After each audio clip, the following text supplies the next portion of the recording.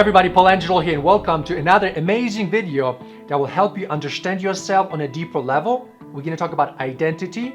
We're going to talk about how to do things that are good for you versus things that are bad for you. How to stop the cycle of being drawn to bad things.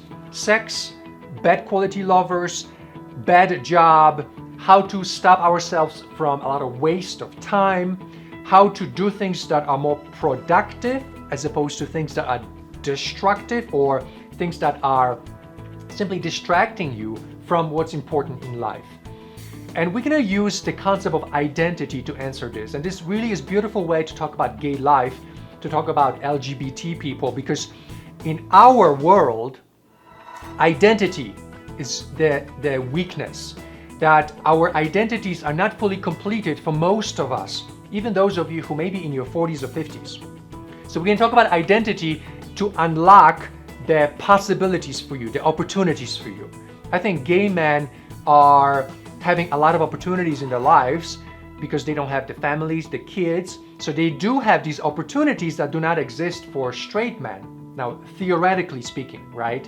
And that's easily understood when we compare gay life versus straight life, right? So technically, gay men have more opportunities, more possibilities in their lives, in your life. So why is it we're not taking advantage of it? Why is it that we are suppressing ourselves? Why is it that most gay men actually struggle in their lives? So we're going to answer that question in this video. The beginning of this discussion starts with an equation that will help us solve this. And the equation is that an activity often comes with feedback. Always comes with feedback, right? Activity comes with feedback. And to the degree that we are aware to the feedback, to the price or to the consequence of that activity, is that to the degree our identity patches itself up, and next time around we are less likely to make that mistake. So notice two examples. One person engages in unprotected sex and gets tested 5 times across 1 year, and each time the person gets tested, they kind of freak out because they are afraid they're going to become HIV positive. And each time they get tested, the second, third, they get freaked out even more to the point where they can't take it anymore.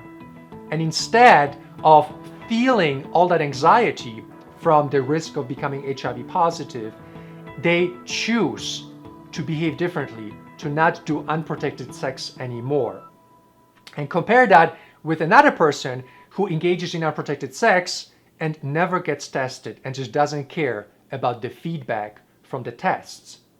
So who's going to integrate faster? Who's going to become more successful? Of course, the first person who's willing to face the consequences of the behavior, and through each iteration, the identity eventually patches itself up completely. The person completes that particular area of their personality, and they are less likely to engage in unprotected sex going forward. And this pattern is very similar all across the board. So pick your activity where you are struggling, where you feel like you are stuck, and like really stuck. The most likely cause for being stuck is that you're doing a behavior, but you're not really feeling or listening to the feedback. And if you were to listen to the feedback, you would eventually hear it loud enough to freak you out and to create self-correction. And I believe that a lot of times the feedback that we are receiving is packaged with niceties. It's packaged with this loving compassion. And that's why it doesn't work. That's why it doesn't work. We are not hit with feedback that is strong, that is confrontational enough to solicit and kind of like a rapture in our personality that then causes us to self-correct. Kind of like with the HIV process. A person barebacks for say a couple years, and they get tested 5 to 6 times, and each time they have this really anxious and neurotic response. Eventually they like tell themselves, I just can't do it anymore. I can't take it anymore. I'm not gonna do unprotected sex anymore. I'm not gonna put myself through it anymore. If you are willing to witness the confrontation with the feedback or the consequences of all of your actions, the awareness from that, the energy from that creates self-correction. So identity is made out of those feedback and receptivity loop. We get the feedback from the world, and if you're receptive to the feedback, you incorporate it and you get more completed as a person. And this is the same way that sex works. You have a lot of sex and you discover how you feel during those sexual habits or activities, and some of the sex you want to keep and the rest of it you want to throw away because you say to yourself, I can't make this work inside of a relationship, so I don't want it, or that kind of sex puts me at risk or makes me feel bad, I don't want it. And eventually your sexual persona gets born and you only want sex in a certain specific way that makes your life work in all other areas of life, right? So if you're finding that you're constantly doing things that don't work, then you need to ask yourself, what price are you paying? What is the consequence of your actions? And feel that. Be willing to confront yourself with the things that are not working out, with your motivation to do things that are not good for you, with sex, with food, with procrastination. So feel the consequence of all of those actions. You will notice then that on some level your brain will help you find the solutions as long as you are aware of the consequences and the negativity from that. So our brain is very powerful. As long as we are honest with ourselves, our brain will manufacture solutions as long as we ask for the solutions. So the short answer to the question, why are we drawn to bad things? We are drawn to bad things because our identity is not completed in that area. And to the degree that you stop yourself and confront yourself with the negative consequences of your actions is to the degree that you can patch that up, that area of your life, and then move on to the next. And this process never ends. In your 40s and 50s and 60s, you're going to be constantly doing this. And hopefully less and less and less, so that you can actually feel alive and not be constantly held back by the weight of those bad consequences that are holding us hostage from really living our lives to the fullest, falling in love, and making our lives an art piece, right? We live on this planet for a short amount of time, and we've got usually the 3 decades, 40s, 50s, and 60s, to really blossom, to really actualize, to live our potential. And if we are not paying attention to the negative consequences of our actions, we cannot fix that area anymore. And all these loopholes, all these places of energetic leakage drains us from energy, and that's how people get stuck.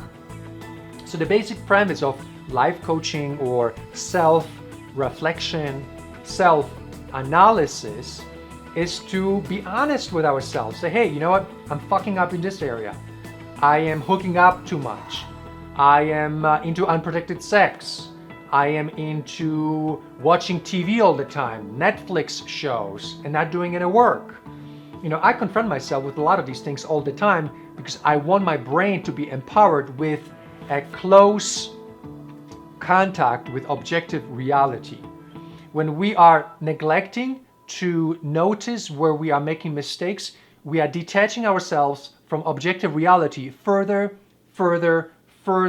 and further, and then what happens? We have a really cataclysmic event with either a health scare or with career issues or money issues, and then we're like shocked and we are finally self-correcting. But many years pass by and that self-correction can be very challenging, and you don't want to be in that place. So instead of pretending that everything is great and at the same time being drawn to bad things, what I recommend is when you notice you're drawn to bad things, is that you accept yourself that you're drawn to those bad things, that you actually don't judge yourself, and listen to what that feels like and notice the consequences of those actions.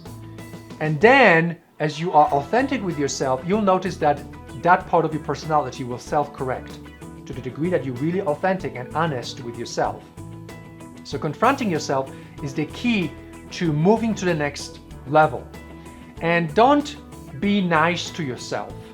Don't be too loving to yourself with these kind of confrontations. Be nasty.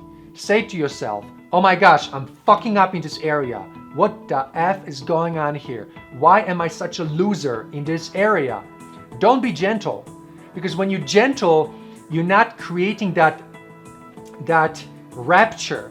We need the rapture in your personality to be created. We need you to tear yourself so that that tear creates an opening, and then you put a new layer over that scar, and that new layer then becomes the new personality, a new behavior, new action.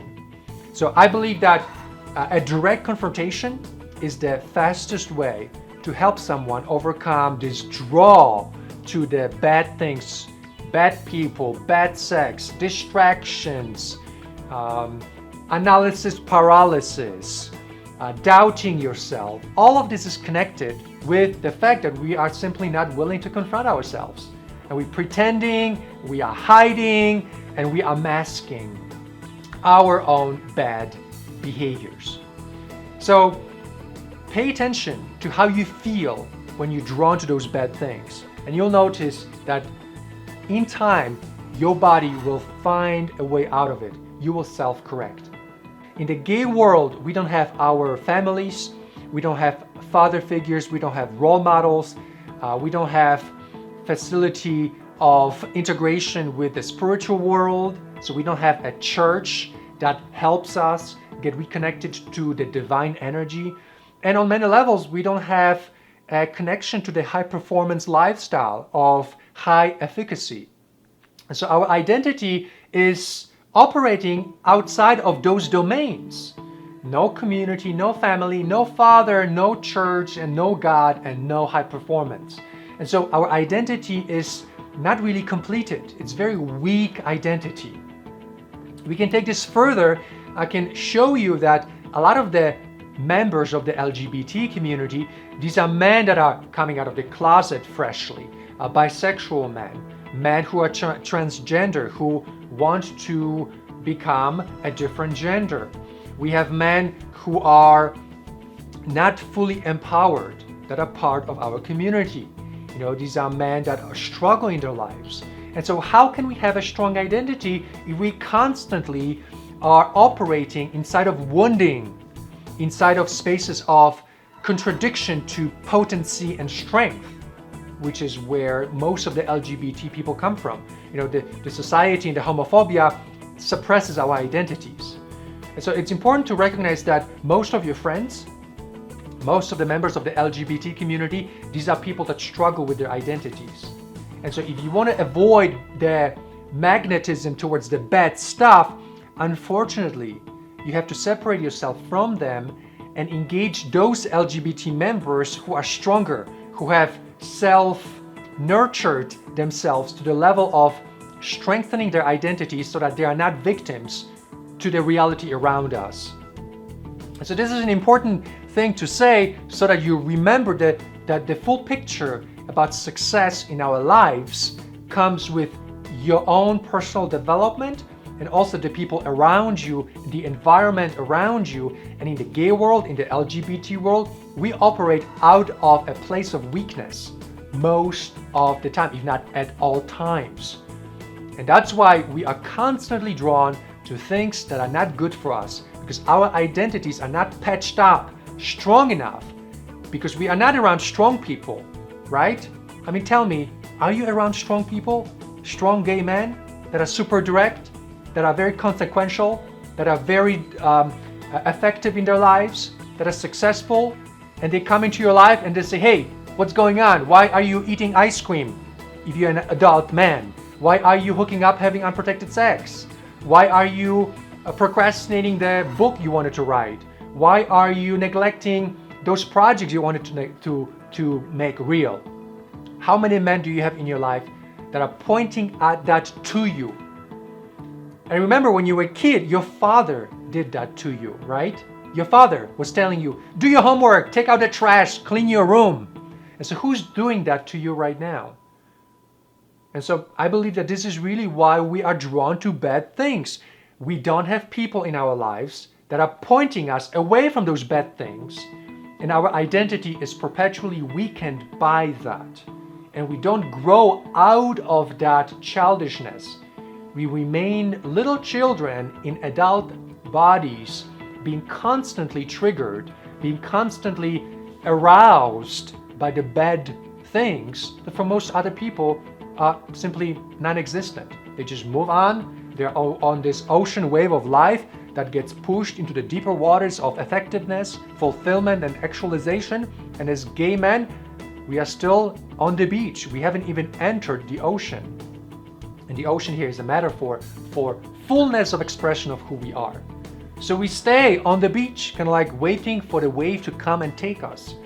As opposed to that, we need to grab the board, metaphorically speaking, go on there and go onto your ocean wave, claim it and ride it. But to ride it, we need to have the complexity from our lives removed. And the complexity is there because we keep getting drawn to the bad things. Like people say they want relationships, but they really want to get fucked. People say they want to make money, but what they really want is they want to find a scheme.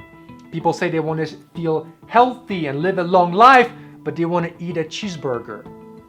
So these are the places that are holding us hostage, and there are thousands of them when our identities are weaker. So this video and this topic is an invitation to complete your identity, to be around strong people, people that are successful all the time.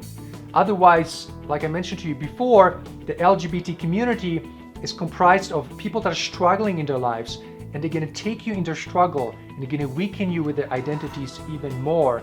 As a result, you're going to have to sacrifice your life, your potential, your possibilities at the call, by just being with those people. And I think our lives are short. You should not have to sacrifice yourself just because you want to be compassionate and you want to be understanding to other people. You want to be compassionate to yourself and understanding to yourself. And you want to integrate yourself to become successful. You want to recognize that external environments, the people that you surround yourself with, they're going to affect you. If you hang out with drag queens, you will eventually become one of them. If you hang out with porn stars, you eventually will become one of them. If you hang out with people that are undereducated, who don't value education, you're going to become one of them. If you hang out with people that are all about external appearances and not having any ideas in their minds, you're going to become like them. If you're all about fashion and no content, eventually you're going to struggle, because that's how objective reality works. And there's no way to escape it, well, unless you take drugs, and temporarily you can escape it, but then reality will kick in and you're going to have to come back to life, whether you like it or not. And we want that transition into real living to be as gentle and as effective as possible. And so in this video, hopefully I brought you the idea that your identity needs completion. We are drawn to bad stuff when our identity is not completed. And by the feedback from the bad things, we acquire the feedback, integrate in, our identity is patched up, and we then move to the next thing, next thing. And then within 3 to 5 years, eventually we patch ourselves up so that we're not drawn to all the bad stuff around us. And when you add good company, strong company, and good ideologies and ideas for life, you will have the life you always wanted. So I hope this helps you. For more videos like these, please visit my website at paulangelo.com. And those of you who want to go into the stratosphere with efficacy, with the ability to experience love and friendships, then please visit the Big Gay Family Social Program website at biggayfamily.com. So thanks for listening. Until I talk to you in the next video, as always, my friends, go out there, think big, stay present, and be a leader in your life today. Please click on the button below, subscribe to this channel for more videos, and I'm looking forward to talking to you in the next video.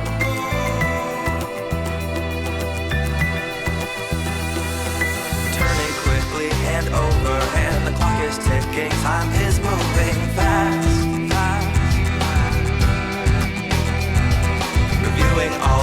lessons we have learned from mistakes lost in the past. Miscommunication leading us into a place where there lies